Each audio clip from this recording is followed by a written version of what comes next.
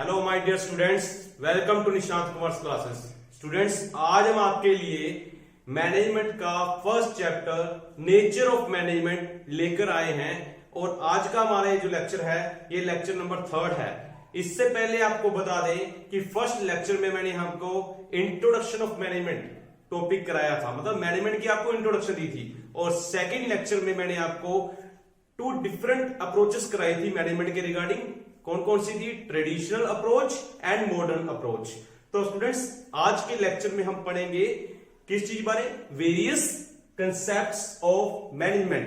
तो स्टूडेंट्स, इसका better concept समझने के लिए आपको फर्स्ट 2 लेक्चर समझने पड़ेंगे, जिसका लिंक मैंने आपको डिस्क्रिप्शन में दे दिया है। पहले आप 2 लेक्चर्स देखिए, उसके बाद 3rd लेक्चर आपको अच्छे तरीके से समझ में आएगा।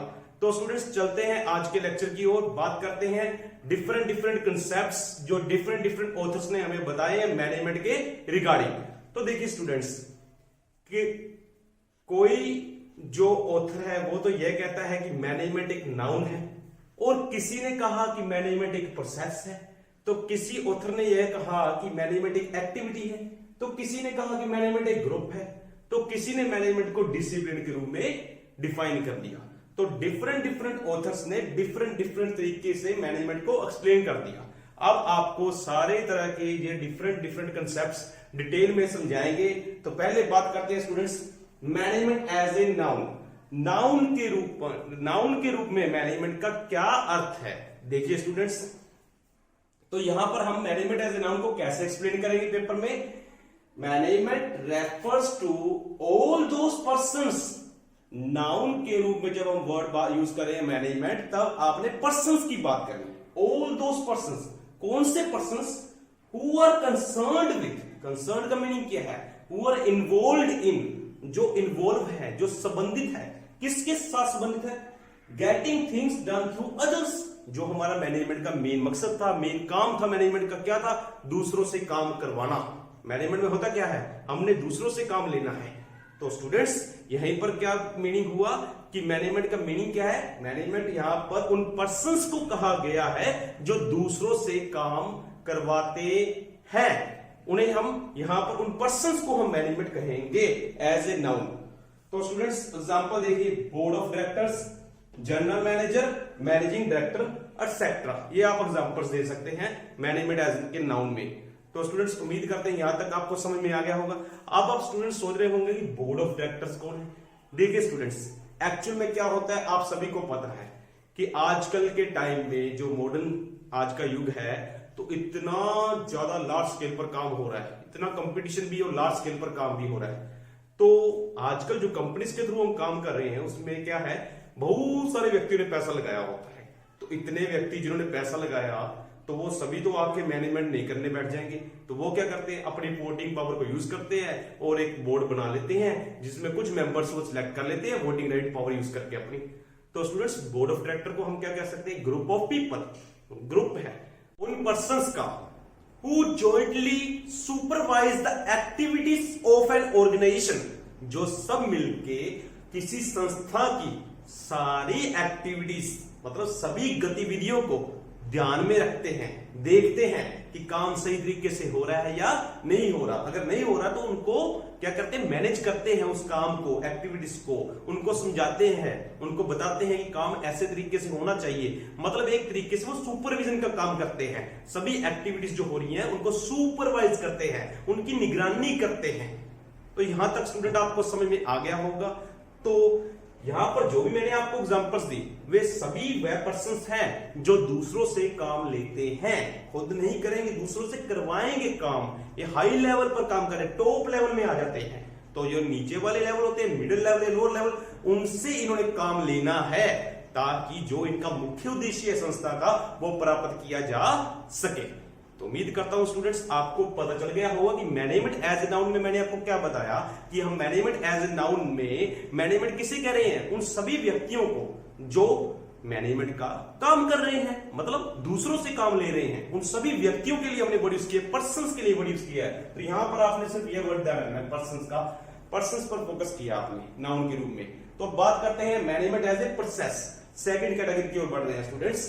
मैनेजमेंट एज ए प्रोसेस में क्या बताएंगे? देखिए, सबसे पहले हम आपको प्रोसेस का मीनिंग ही बताते हैं। प्रोसेस का मीनिंग क्या होता है स्टूडेंट, जहां पर भी आप कोई प्रोसेस वर्ड देख ले तो समझ जाइए स्टेप बाय स्टेप, उस चीज को हमने स्टेप बाय स्टेप करना है। तो एग्जांपल के थ्रू समझाता हूं स्टूडेंट। सपोज कीजिए आपने कपड़ा तैयार करना हो, मतलब क्लॉथ बनाना हो, आपने फैक्ट्री लगानी, तो आपको पता है कोई भी चीज हमने तैयार करनी है तो उसके लिए हमें कच्चा माल चाहिए। वो क्या होता है? रॉ मटेरियल, जिसे हम इंग्लिश में कहते हैं। तो रॉ मटेरियल हमने ले लेना है, रॉ मटेरियल से हम क्या करेंगे? तैयार करेंगे प्रोडक्ट को। जैसे यहां पर कपड़ा बनाने के लिए, क्लॉथ बनाने के लिए आपको क्या चाहिए? कॉटन, मतलब रूम चाहिए आपको। कॉटन से आप क्या करेंगे? प्रोसेसिंग करके थ्रेड बना लेंगे। उसके बाद थ्रेड से आप क्या बना लेंगे? क्लॉथ बना लेंगे।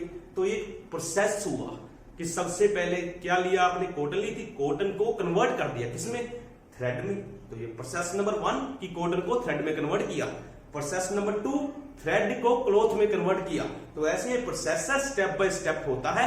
आप ऐसे नहीं कह सकते कि कॉटन से सीधा क्लॉथ बना लेते हैं और क्लॉथ जब कपड़ा बन गया उसको रेडकर धागे में कन्वर्ट कर देंगे। ऐसा नहीं होगा स्टूडेंट्स, ये कभी भी पॉसिबल नहीं है। पहले रूम है, रूम से धागा बनेगा, धागे से कपड़ा बनेगा। ऐसा आप नहीं कह सकते कि रूम से कपड़ा बनाकर बाद से उसे उधेड़कर धागे में कन्वर्ट कर लेंगे। It's not possible. तो प्रोसेस का मीनिंग आप समझ गए होंगे। एग्जांपल के साथ आपको अच्छे तरीके से प्रोसेस का मीनिंग समझा दिया। अब आप सोच रहे होंगे कि मैंने प्रोसेस पर क्यों इतना फोकस किया। तो स्टूडेंट्स एक्चुअली में स्टूडेंट्स क्या गलती करते हैं, जब भी किसी भी प्रश्न में किसी भी सब्जेक्ट का प्रश्न हो, आपको प्रोसेस पूछा जाए तो उसमें आपने एक बात का ध्यान देना होता है, वो एक सिस्टमेटिकली होता है। उसमें आप ऊपर नीचे नहीं कर सकते किसी पॉइंट को। अगर मैंने फर्स्ट पॉइंट जैसे बता दिया कि प्लानिंग है तो आपने प्लानिंग ही लिखना है। आप ऐसे नहीं कर सकते कि पहले आप ऑर्गेनाइजिंग के बारे में बता दें, बाद आप ब्रैकेटिंग समझा दें, उसके बाद प्लानिंग बता दें। तो ये सिस्टम गलत कर दिया आपने। ये सिस्टमेटिकली उतारना होगा क्योंकि स्टेप बाय स्टेप चलना है। इसलिए मैंने बार बार प्रोसेस मीनिंग पर फोकस किया कि आपको प्रोसेस का मीनिंग समझ में आ जाए। तो स्टूडेंट अब चलते हैं हमारे टॉपिक की ओर कि हमने कैसे एक्सप्लेन करना है मैनेजमेंट एज ए प्रोसेस को। देखिए student, as a process, process के रूप में मैनेजमेंट हम किसे कहते हैं? Management is what a manager does. जो कुछ भी मैनेजर करता है वो क्या है? प्रोसेस है। अब आप सोच रहे होंगे मैनेजर क्या करता है, तो देखिए स्टूडेंट्स हम क्या लिख सकते हैं? A manager undertakes many functions और many activities for the achievement of organisational goals. क्या मीनिंग है इस लाइन का? कि एक मैनेजर को बहुत सारे काम करने पड़ते हैं, किस लिए? ताकि वो जो संस्था का मुख्य उद्देश्य है उसे प्राप्त कर सके। अब वो कौन से काम है उनको मैंने सिस्टमेटिकली लिख दिया स्टेप बाय स्टेप। पहले नंबर पर प्लानिंग। स्टूडेंट्स ये आपने याद करने हैं फिलहाल। क्यों समझेंगे हम? क्योंकि अभी नहीं समझेंगे। क्यों? कारण क्या है? क्योंकि इनकी डिटेल इतनी ज्यादा है, मतलब कि इन पर एक पूरी बुक लिखी जा सकती है।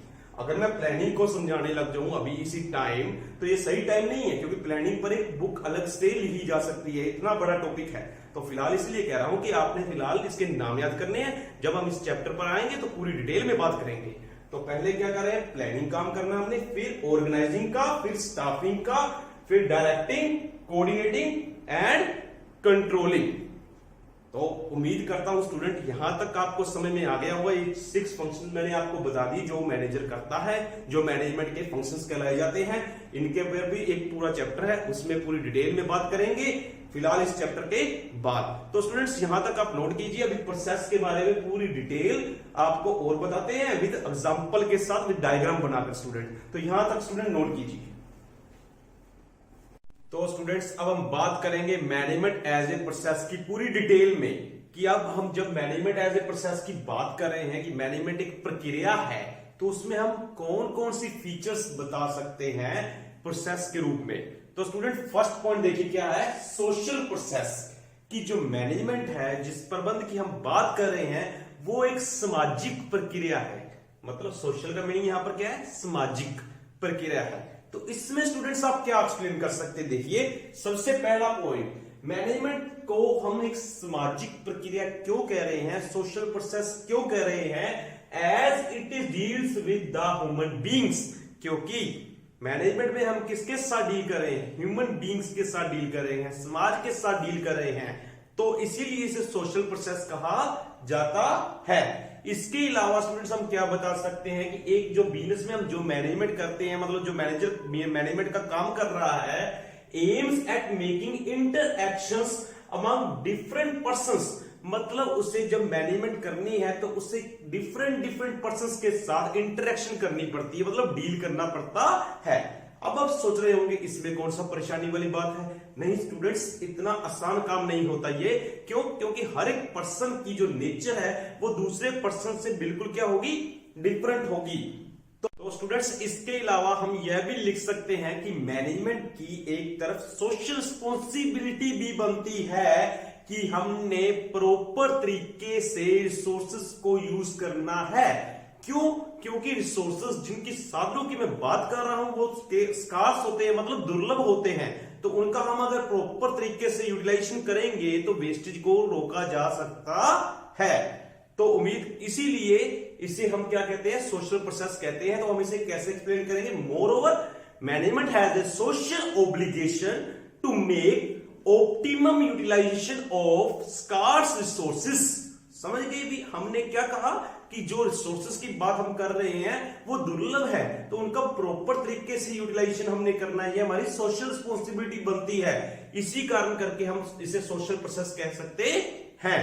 इसके बाद चलते हैं स्टूडेंट्स सेकंड पॉइंट की ओर। देखिए स्टूडेंट्स, सेकंड पॉइंट क्या है? Integrated process. पहले इंटीग्रेटेड का मीनिंग समझिए। इंटीग्रेटेड का मीनिंग क्या होता है? एकीकृत करना, मतलब इकट्ठा करना। तो स्टूडेंट्स, हमने इंटीग्रेटेड प्रोसेस में क्या बताना है कि मैनेजमेंट एक इंटीग्रेटेड प्रोसेस है। क्यों? क्योंकि ये ब्रिंग्स टुगेदर, एक क्या करती है, इकट्ठा करती है। किसको इकट्ठा करेगी? रिसोर्सेस को। अब रिसोर्सेस को हमने दो कैटेगरी में डिवाइड कर दिया, फिजिकल रिसोर्सेस और ह्यूमन रिसोर्सेस, मतलब मानवीय संसाधन और भौतिक संसाधन। तो स्टूडेंट्स, ये जो भौतिक साधन है, जो मैं फिजिकल रिसोर्सेस की बात कर रहा हूं, इसमें क्या क्या आ जाएगा? मटीरियल, मशीन्स, मेथड्स, ये सब कुछ कौन से साधन हो गए? फिजिकल की एग्जांपल बता दी। ह्यूमन रिसोर्सेस, जो ह्यूमन बीइंग से हम डीलिंग कर रहे हैं, तो इन दोनों तरह के साधनों को हमने क्या करना है? इकट्ठा करना है। अब इकट्ठा क्यों करना है? ताकि हमने अभी आपको बताया कि हम प्रॉपर तरीके से उनका यूटिलाइजेशन कर सकें, दोनों में कोऑर्डिनेशन बना सके, तालमेल बना सके, ताकि रिसोर्सेस की वेस्टेज ना हो। तो स्टूडेंट्स, आप समझ गए होंगे कि हमने रिसोर्सेस को इंटीग्रेट क्यों किया, in order to make proper coordination between these resources in order to achieve the goals. अगर हम इन्हें प्रॉपर तरीके से कोऑर्डिनेट कर पाएंगे तो ही हमारे ऑब्जेक्टिव्स को हम अचीव कर पाएंगे। क्योंकि हर एक ऑर्गेनाइजेशन का मेन ऑब्जेक्टिव क्या होता था कि प्रॉपर तरीके से रिसोर्सेज का यूटिलाइजेशन हो, जिससे हम कॉस्ट को कम कर पाएंगे और ओवरऑल प्रॉफिट को बढ़ा पाएंगे। तो तभी पॉसिबल है अगर हम अच्छे तरीके से एफर्ट्स यूज करेंगे और ये कोशिश करेंगे कि सभी रिसोर्सेज को हम कोऑर्डिनेट कर पाएं और वेस्टेज को रोका जा सके। अब चलते हैं थर्ड पॉइंट की ओर। देखिए स्टूडेंट, थर्ड पॉइंट में हम क्या बता रहे हैं? Universal process. तो जो मैनेजमेंट है उसे हम यूनिवर्सल प्रोसेस कहते हैं। तो सबसे पहले आप समझिए यूनिवर्सल का मीनिंग क्या है? सर्वव्यापी। सर्वव्यापी का मीनिंग क्या होता है? जो हर एक जगह एप्लीकेबल हो सकता है, हर एक फील्ड में लागू हो सकता है। तो यहां पर स्टूडेंट्स आपने मेन लाइन क्या लिखनी है? Management is universal applicable in all the type of organisations. क्या मीनिंग है स्टूडेंट्स इसका? कि जो मैनेजमेंट है वो सभी तरह की फील्ड में लागू हो सकती है, सभी तरह की ऑर्गेनाइजेशन में लागू होती है, रियल लाइफ में भी लागू होती है। हर एक फील्ड में आप जिसकी मर्जी बात कर लीजिए, चाहे आप कंपनी की बात कर लीजिए, चाहे आप किसी स्कूल की बात कर लीजिए, चाहे स्टूडेंट्स आप किसी फर्म की, कॉलेज की, क्लब की, किसी की भी आप एग्जांपल ले सकते हैं। हर जगह मैनेजमेंट एप्लीकेबल होती है, हर जगह हमें कुछ ना कुछ प्रबंध करना पड़ता है। चाहे कोई बिजनेस हमारा स्मॉल स्केल पर है, चाहे लार्ज स्केल पर है, चाहे वो गवर्नमेंट सेक्टर है, चाहे वो प्राइवेट सेक्टर है, चाहे वो प्रॉफिट ऑर्गेनाइजेशन है, चाहे वो नॉन प्रॉफिट ऑर्गेनाइजेशन है, चाहे वो सोशल नेचर की ऑर्गेनाइजेशन है, चाहे वो रिलीजियस काम कर रही है, चाहे वो पॉलिटिकल ऑर्गेनाइजेशन है। तो हर एक जगह में हम क्या कहेंगे? हर एक संस्था में मैनेजमेंट की जरूरत पड़ती है। इसी कारण से यूनिवर्सल प्रोसेस कहा जाता है।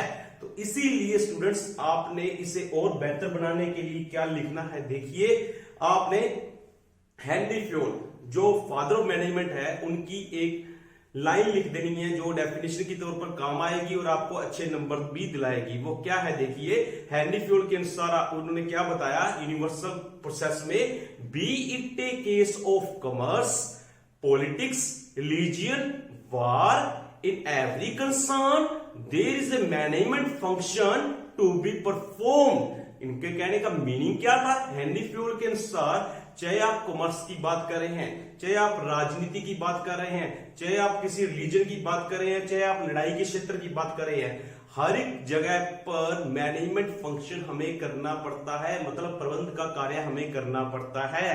अब प्रबंध का कार्य क्या था? Planning, organising, staffing, directing, controlling, coordinating, ये सब काम हमें करने पड़ते हैं। तो इसकी इंपोर्टेंस आप समझ गए होंगे कि मैनेजमेंट को यूनिवर्सल एप्लीकेबल क्यों कहा जाता है, क्योंकि हर एक जगह पर लागू होती है, हर एक फील्ड में लागू होती है। तो स्टूडेंट नेक्स्ट पॉइंट देखिए मैंने क्या लिखा है, principles of management are also of universal application. Henry Fayol जो कि फादर ऑफ मैनेजमेंट है, उसने हमें मैनेजमेंट के 14 प्रिंसिपल्स दिए हैं, वो भी यूनिवर्सली एप्लीकेबल है, मतलब हर फील्ड में लागू हो सकते हैं, इसलिए हम मैनेजमेंट को यूनिवर्सल प्रोसेस कहते हैं। नेक्स्ट पॉइंट देखिए स्टूडेंट्स क्या है, fourth point, continuous process. Management एक कंटिन्यूस प्रोसेस है, मतलब एक लगातार चलने वाली प्रक्रिया है जो कभी भी समाप्त नहीं होती। जब तक कोई भी संस्था चलती रहेगी तभी तक मैनेजमेंट का कार्य चलता रहेगा, वो खत्म नहीं होगा, फिनिश नहीं होगा। तो स्टूडेंट्स इसमें हम क्या लिखेंगे, it is not a one time process. ये सिर्फ एक बार काम करने वाला प्रोसेस नहीं है भाई, एक बार हमने प्लानिंग कर ली दोबारा हमें करनी नहीं पड़ेगी, बस सिर्फ एक बार ही हमने काम करना है, ऐसा नहीं होता स्टूडेंट्स। मैनेजमेंट का काम लगातार चलता रहता है, जितनी देर भी हम बिजनेस चलाते रहेंगे या कोई भी ऑर्गेनाइजेशन काम करती रहेगी तभी तक मैनेजमेंट का काम होता रहेगा। इसलिए हम कह रहे हैं it is ongoing process. Ongoing मतलब लगातार चलता रहेगा। All the functions are undertaken continuously. जो भी हम मैनेजमेंट के काम करते हैं जैसे कि planning, organising, staffing, directing, coordinating and controlling, ये लगातार हम करते रहेंगे, इसे हम फिनिश नहीं कर सकते, इसलिए हमने सर्कुलर फॉर्म में अपने फंक्शंस बता देने हैं सारे लिखकर।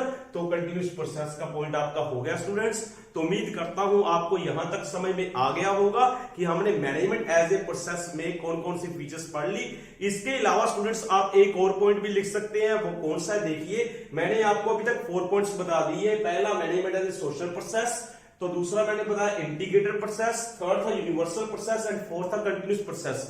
फिफ्थ पॉइंट भी आप बना सकते हैं स्टूडेंट्स, वो क्या है, इंटरएक्टिव प्रोसेस। मैनेजमेंट को एक इंटरएक्टिव प्रोसेस कहा जाता है। अब इंटरएक्टिव प्रोसेस में स्टूडेंट्स आपने क्या एक्सप्लेन करना है कि हमने मैनेजमेंट में अगर एक काम किया है तो हमें बाकी के काम भी करने पड़ते हैं। अगर हमने एक फंक्शन किया है तो बाकी के भी उसके साथ कनेक्टेड है, वो भी करने पड़ेंगे, तभी हम अपने ऑब्जेक्टिव को अचीव कर पाएंगे। जैसे एग्जांपल लेता हूं स्टूडेंट, अब हमने प्लानिंग कर ली। आप सोचे कि मैंने सिर्फ प्लान कर लिया कि मैंने ये करना है तो उसके बाद मुझे कोई काम करने की जरूरत नहीं है, ऐसा नहीं हो सकता स्टूडेंट्स। अगर हमने प्लानिंग की है तो हमें कंट्रोलिंग का काम भी करना पड़ेगा। तो ये क्या है, ये एक फंक्शन दूसरे फंक्शन के साथ क्या होता है, इंटररिलेटेड होता है, इसलिए मैनेजमेंट को एक इंटरएक्टिव प्रोसेस भी कहा जाता है। तो उम्मीद करते हैं स्टूडेंट्स आपको यहां तक समझ में आ गया होगा प्रोसेस तक। अगला पॉइंट जो है वो क्या है, मैनेजमेंट एज ए ग्रुप। तो स्टूडेंट्स उसके लिए हम आपके लिए अलग वीडियो बनाएंगे जिसमें हम आपको बताएंगे मैनेजमेंट एज ए ग्रुप के बारे में, मैनेजमेंट एज एन एक्टिविटी के बारे में और मैनेजमेंट एज ए डिसिप्लिन के बारे में। तो उम्मीद करते हैं स्टूडेंट्स आपको आज का हमारा ये लेक्चर अच्छा लगा होगा। अगर आपको कोई भी इस इंफॉर्मेशन चाहिए इस टॉपिक के साथ रिलेटेड तो आप मेरे व्हाट्सएप पर मुझे कांटेक्ट कर सकते हैं स्टूडेंट्स, मैं आपका डाउट जरूर सॉल्व करूंगा। Thanks for watching the video.